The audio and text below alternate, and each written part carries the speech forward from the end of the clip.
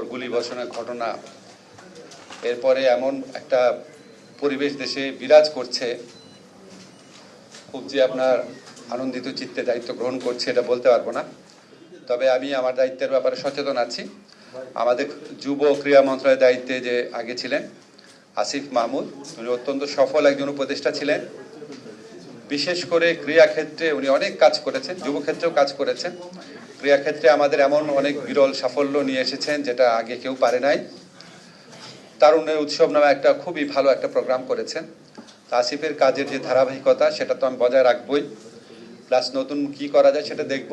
2 মাস খুব অল্প সময়, তবু আমি ঠিক করেছি দুইটা আমার লক্ষ্য থাকবে। একটা হচ্ছে যদি কোনো রকম দুর্নীতি বা অনিয়ম বিরোধী কোনো পদক্ষেপ নেওয়ার স্কোপ থাকে তাহলে সেটা নিব। আর হচ্ছে ঢাকার বাইরে, বিশেষ করে যে আমি সবসময় ঢাকার বাইরে গেলে অন্য মন্ত্রণালয়ের দায়িত্ব নিয়ে শুনতাম ওখানে খেলাধুলা খুব করুণ অবস্থা, আমরা তো সব ঢাকা কেন্দ্রিক হয়ে গেছি। ঢাকার বাইরে যে স্টেডিয়ামগুলো আছে, তারপর আপনার বিভিন্ন আমাদের মন্ত্রণালয়ের বিভিন্ন অফিস আছে, সেগুলিকে কীভাবে অ্যাক্টিভেট করা যায় সেটা চেষ্টা করব। আপনারা দোয়া করবেন, সবাই ভালো থাকবেন, ধন্যবাদ।